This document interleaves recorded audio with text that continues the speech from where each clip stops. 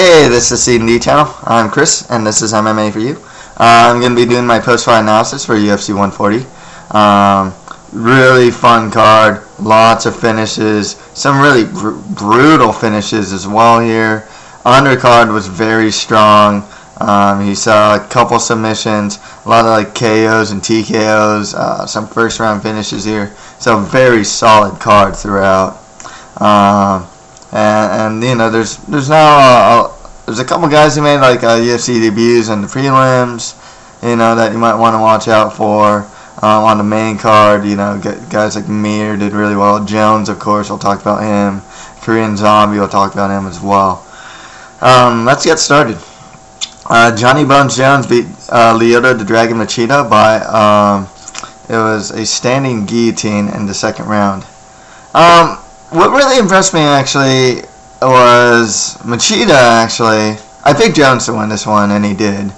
I was impressed with how well Machida did, though, because he easily won that first round, and he was doing pretty well in that second round as well. Until he did get taken down, he did get cut open. What really stood out to me, though, is he got up. You know, he got up from the bottom, which was really good. I'm really happy to see that. He got caught, though, and that was definitely his mistake. Some people were saying, like, Jones was eventually timing Machida. I don't know about that. You know, maybe he was. You know, it just happened. You know, he got caught with the punch coming in, and then he got guillotined after that. He got put to sleep as well. You know, with Jones, it's really interesting. For one, the fans were booing him in the weigh-ins. During the fight, they were cheering for Machida. I think Machida fought Randy and did the crane kick in Canada as well. I believe they're in Canada here, if I'm not mistaken. So it's really interesting that Bones was getting booed. It's really interesting that he was getting outstruck here, too.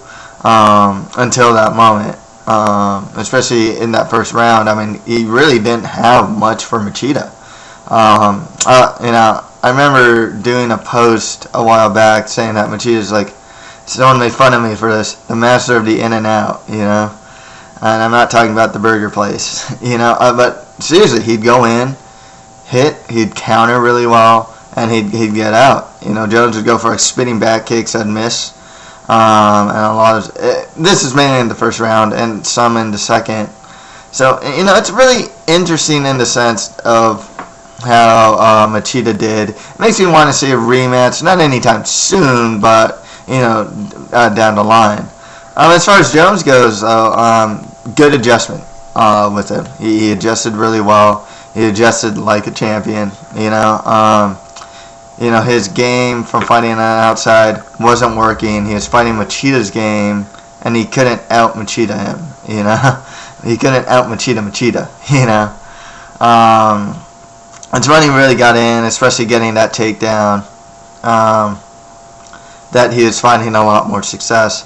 Once again, had Machida not got caught, I'm very curious to see how the rest of that fight would have turned out, though. I was surprised how competitive it was. Actually, I didn't, despite the finish being pretty brutal, you know, I thought it was a pretty competitive fight that, you know, really had it gone longer, you know, once again, I'm a bit curious to see what would have happened, you know, had the fight gone longer. Great fight, though. With Machida, this is like 3 losses he has 3 losses out of like his last 4 fights.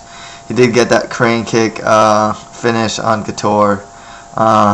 Surprised how much he was. It always surprised me to hear people chant Machida, because like he's really come a long way in the sense of like he used to be known as a boring fighter, and now people are cheering for him. He's having fun fights. Tough to say who they give him. I suppose they can give him like Shogun again, or maybe Forrest Griffin. He's fought a lot of the top guys already. Phil Davis, if he loses to Rashad Evans, would be a really good fight, though, as well. With John Jones, the winner of Davis versus Evans, I'm kicking Evans right now. Evans also, he fights from the outside, goes in really quick, attacks, throws some combinations, goes out, and then he also wrestles as well. So it really makes it a very interesting stylistic matchup if he fights Evans. You know, it's one of those things where, like, as Jones keeps fighting, you know, someone's gonna, you start seeing chinks in the armor, and it depends on Jones being able to adjust to it in a sense. I don't see it with GSP as much. No one out-wrestles him. No one really outstrikes him either. With Anderson, you know, the chink in the armor is like the wrestling. With Jones, it kind of looks like, you know, one thing about Jones is easy. When he fought like Shogun and Rampage, those two really just kind of stand in front of him. So guys like Machida and I'm guessing Rashad, who fight more on the outside, go in quickly and go out, and those seem to be very effective on Jones. You know, I gotta wonder going forward if other fighters who fight Jones are gonna utilize that strategy more. And maybe kick him more too, you know. I don't know if he checks kicks well for another thing, but it's kind of dangerous because its reach is so long. Even if you kick him, you're not going to be out of range of his hands. The other option for Jones is, of course, Dan Henderson. I don't give Dan Henderson much of a chance there. I think Dan Henderson deserves the title shot. Seeing the win streak that he's in right now, it's very strong. But I can't see him beating Jones. If they give it to him, yeah, I wouldn't complain at all. I think he deserves a shot. Yeah, the winner of Evans versus Davis. With Davis, he doesn't have that great of striking, so he'd really have to rely on a lot of wrestling. And that would be kind of interesting as well. And they're both really young guys, Jones and Davis, so if Davis somehow gets that title shot, it'd be a very interesting fight. I think Phil Davis and John Jones are pretty much like destined to fight each other eventually. I don't know if they'll be soon, but I know in the future, in the near future, I see him fighting like Rashad Evans.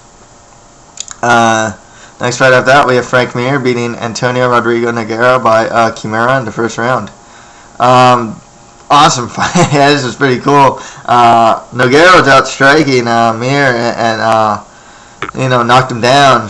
Some people actually were saying that maybe the ref should have stopped it there because he was face first on the ground.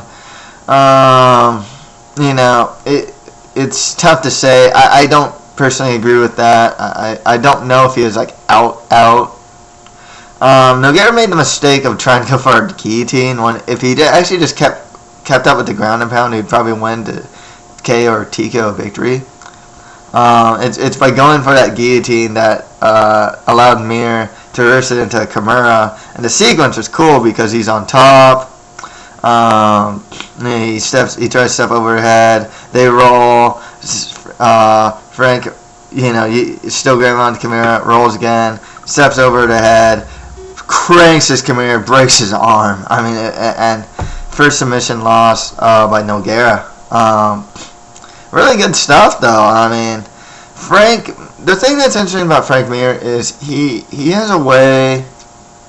I don't think he's a gatekeeper because he has a way of making himself relevant in title contention.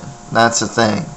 And I don't believe a guy that beats top 10 talent and could actually fight for the title is like a gatekeeper. Because a lot of people think he's like a really high level gatekeeper. I don't subscribe to that theory at all, especially when it comes to Frank Mir.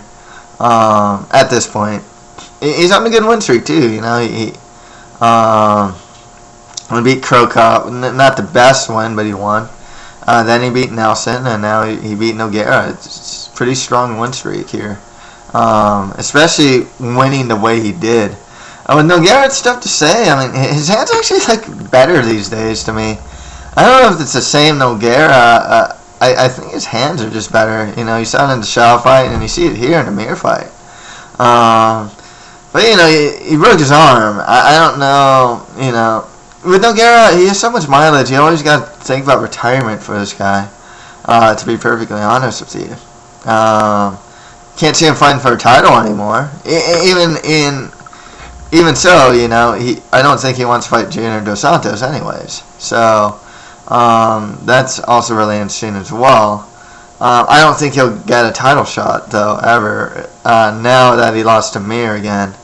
And Mir, he's probably not going to get a title shot.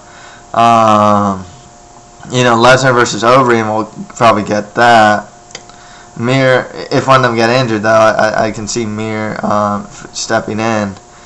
I don't know if they'll make Mir wait for a title shot, but I think he should be there, to be honest. I mean, I don't know if Nogueira is really like a top 10 anymore, though, even though he did beat Schaub. But this is just one of those really emphatic wins, And then, the Nelson win is also very strong as well. That's a good guy to beat. But to win by Kimura against Nogueira, I mean that you gotta get some style points there as well, and seeing how thin heavyweight generally is, it's just one of those things where you gotta save contenders, So I'd like to actually see Mir get a title shot. If not, maybe he can fight like Cain Velasquez or something like that. But that's such a risky fight for him. I don't know who else he'd fight. There's some Strikeforce guys I'd love to see him fight. One of the fights I really want to see is Frank Mir versus Josh Barnett. That fight's gonna be the build up to the fight and the fight itself would be very interesting. With Nogueira, I don't know what he do with him now. He can retire, he can keep fighting. It's really tough to say. I can't really say who he should fight next either, So it's really slippery slope here, with him. He looks like he'll probably keep fighting. Maybe Kevin Congo or something, even though he's coming off a win. I generally don't like someone coming off a loss, getting someone coming off a win, but be an interesting fight, or Nelson or something like that. So next fight after that, Antonio Rogerio Nogueira beat Tito Ortiz by TKO in the first round. Vicious body strikes by Nogueira. Good stuff from him. I think he stuffed a takedown. One thing about Tito Ortiz is, Liddell, he noticed he slowed down. And guys from his generation, you can kind of see that they noticeably slowed down. I don't really see that with Tito. He's kind of like the same Tito to me. He doesn't look like a guy who really slowed down. And he was actually doing pretty well. Of course, until he got dropped. But, he has one more fight under his contract. You can see him fight like a Rich Franklin or something like that. With Nogueira, he's that guy that always is around the fringe of the top 10 to 15. He's good at staying around there. But he can't handle wrestlers well, as he fought like Bader and Phil Davis. Or really strong wrestlers like that. There's some interesting fights for him in the division. I'd like to see him get the winner of Gustafsson versus Matnishenko, especially if Gustafsson wins. Who else? Shogun versus Nogueira would be awesome. Their fight in Pride was a classic, and this one, that would be a really cool. Dan Henderson Nogueira rematch would be pretty cool. So there are cool fights for him. If Thiago Silva returns, that'd be pretty cool as well. There's a lot of good fights from Nogueira. I think he should fight a little more near the top. I don't want to see him fight like an Igor Pekryak or anything like that. Someone a little more towards the top of the division is where I'd like to see him fight. Next fight after that, Brian Ebersol beat Claude Patrick by split decision. You didn't get to see all of the crazy Brian Ebersol moves that you generally see him. You know, this is he's on like a good 3-fight win streak now. Lytle, Hallman, and now Patrick. I think he should fight Rory McDonald next. I think that'd be a good fight. They were originally scheduled to fight. I think that's a fight that makes sense at this time. Seeing how booked welterweight is as well, I think that's a good fight. It's good for McDonald's development. I think Ebersol, you know, he's winning. You know, he's on a pretty decent streak. I think that's a good matchup for him. Colin Patrick, despite losing by a split decision, I still think he's a prospect. To look out, you know, he definitely falls on the radar. Doesn't always have fun fights. Wasn't exactly the most fun fight here. But, you know, it's kind of back to the drawing board with him. It's the first main card fight he has. He's fought at the prelims for, like, so long. See him going back to the prelims. And there's just a lot of guys he can fight down there as well. I'll just name, like, the loser of Paulo Thiago versus Mike Pyle or something like that, or you know, there's a lot of fights happening in welterweight in the undercard actually, and so there's no shortage of guys he can fight as well. Next fight after that, the Korean Zombie Chang Sung-jung beat Mark the Machine Homnick by TKO or KO in the first round in 7 seconds. Oh, wow.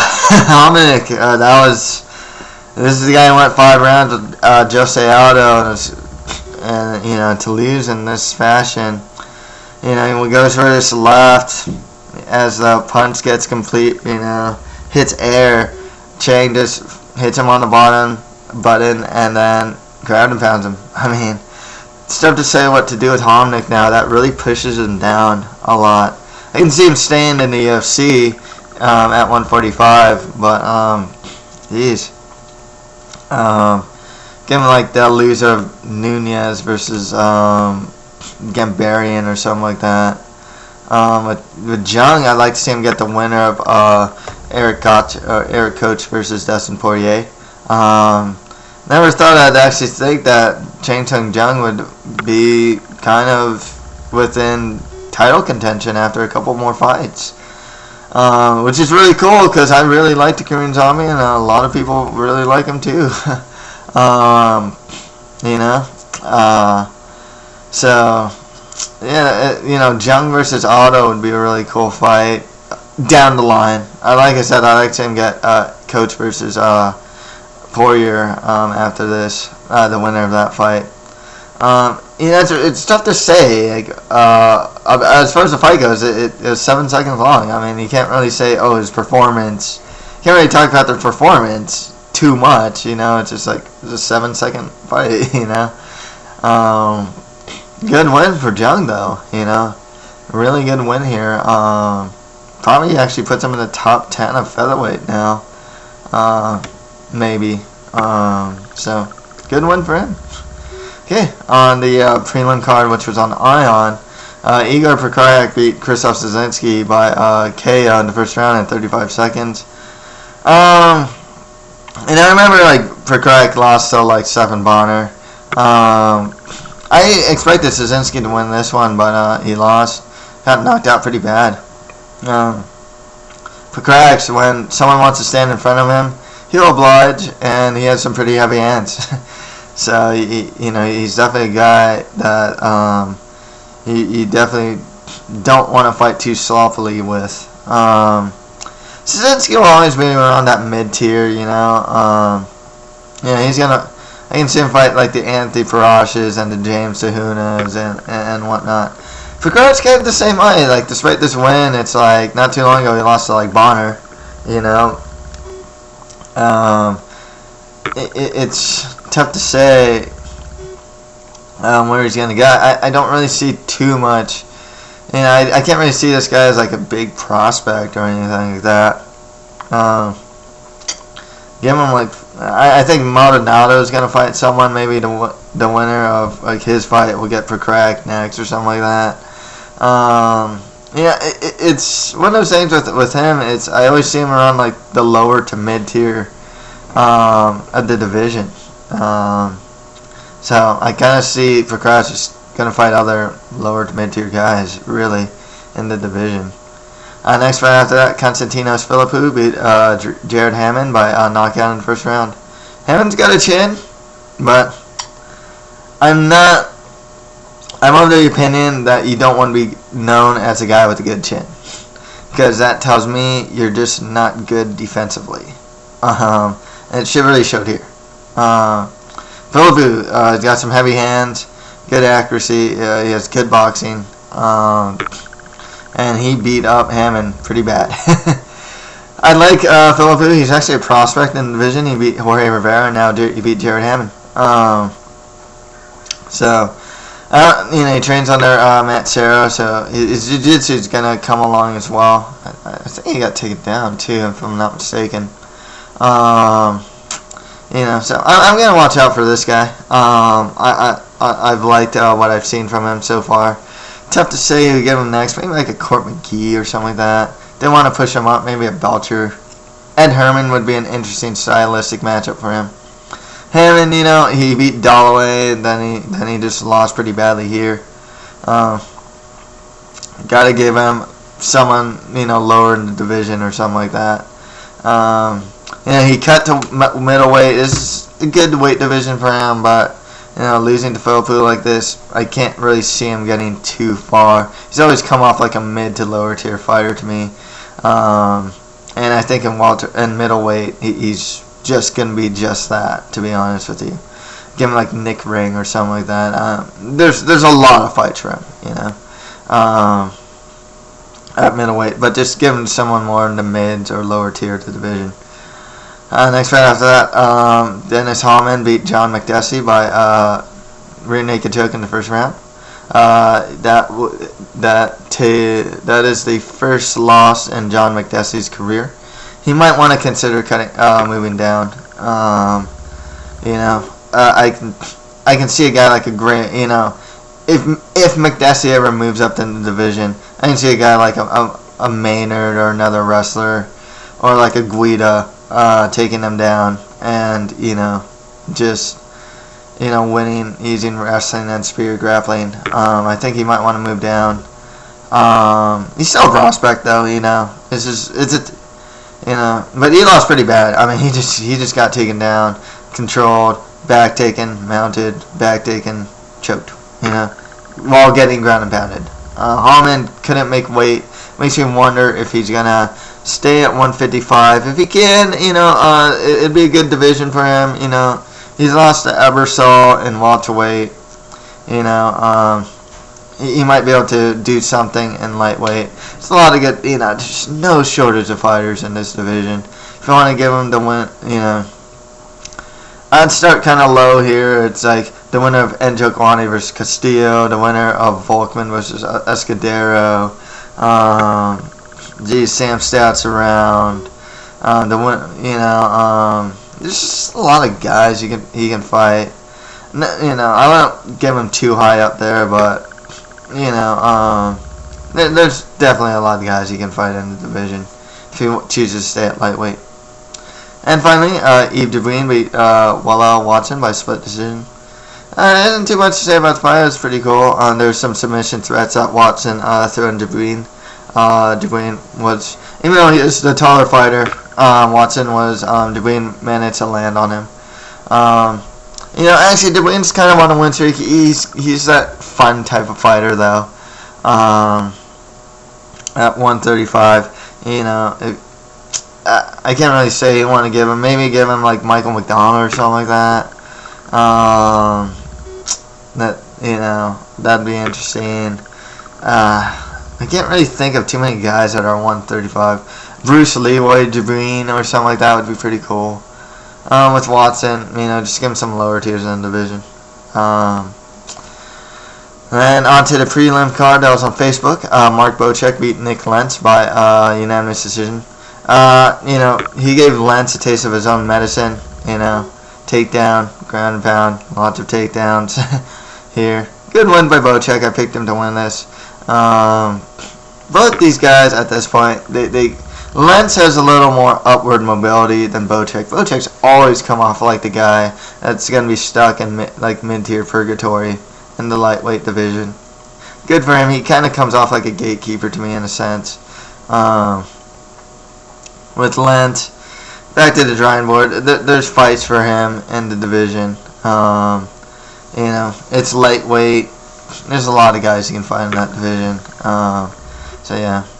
Next fight after that, UFC newcomer Jake Heck beat Rich Antonino by TKO, and